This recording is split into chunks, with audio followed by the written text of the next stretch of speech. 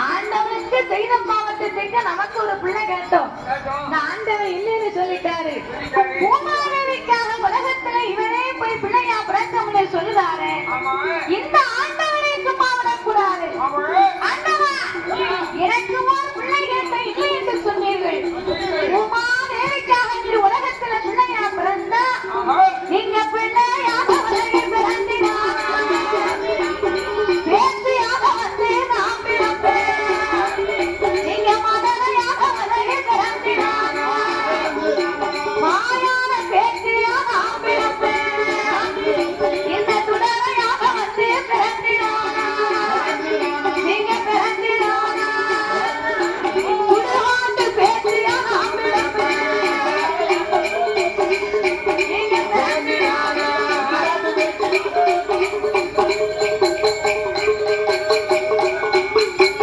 அந்த பார்வதியோ சொன்ன போது ஆசான் ஆண்டவனாகிய பகவான் பார்வதி பிள்ளையா பிறந்தா நீ பேசியா பிறப்பியா? ஆண்டவா, எங்கிருந்து நீ பூலகத்திலே பிள்ளையா இருந்தாலும் உனக்கு தாயா நான் பேசியா வந்து பிறப்பேன். சுடுகாட்டுல எரியும் பிணத்தை எடுத்து உங்க வாயில கொடுத்தாதான் செய்த மாமா இறக்க செய்யும்.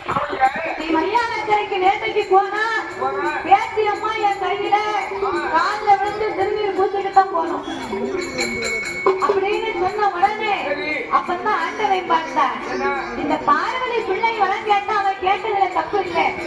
உனக்கு என்ன பிள்ளை வேணுமோ கேளு, நான் இப்பவே உனக்கு தாரேன் அப்படின்னு சொன்ன உடனே ஆதி சக்தி பார்வதா தேவி ஆண்டவா பரம்பொருளே தானை என்னையத்து நாளைக்குள் என்னையத்து நாளைக்குள் எனக்கு ஏழு பிள்ளை வேணுமையா ஆயிரத்து இளையா மதுரைக்கு இளைக்குள் கொள்கை இளையா உலக ஒன்று இளைக்குள் ஆனதில் ஆண்டவரை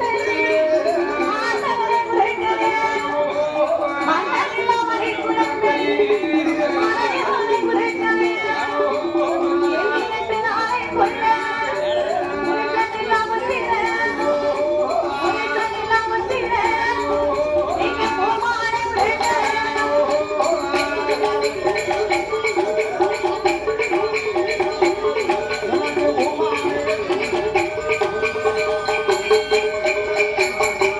அந்த மாறுதல் கேட்டவோ ஆண்டவன் பகவான் அப்பேற்பட்ட பிள்ளை உனக்கு வேணுமானா நீ கைலாச வாசலில் ஆயிரங்கால் மண்டபத்திலே ஆதிவிழா கட்டி நீ வந்தையானா உன்னோரை தலைமைக்கும் ஒரு முழுமையிலையும் 32 தூணிலே தங்கத்தூணுக்கு ஒன்னாறு தூண்டாத மணிவிளக்கு சுடர் விளக்கு எரியும் பார்வதி. அந்த சுடர் விளக்கு முன்னால் மண்டி போட்டு மறையேற்றி நின்றையானால் முத்துப்பொறி முத்துப்பொறி முழு பொழுது விழுகும். சேர்ந்து பிடித்தா உனக்கு சிதுவு வந்து பிறப்பா, குட்டி பிடித்தா உனக்கு குழந்தை வந்து பிறக்கும் என்று சொல்ல ஆதிவரா சக்தி அம்பிகை அங்கைய சக்தி அவன் கைலாச மலையில் நில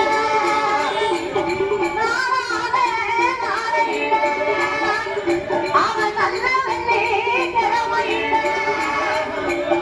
ஆயிரத்தாம் மண்டபத்திலே ஆதி சக்தி வாராரே